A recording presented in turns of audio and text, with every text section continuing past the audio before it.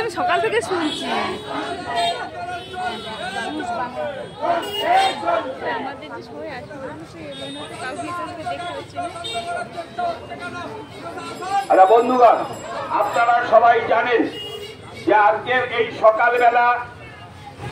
প্রথমে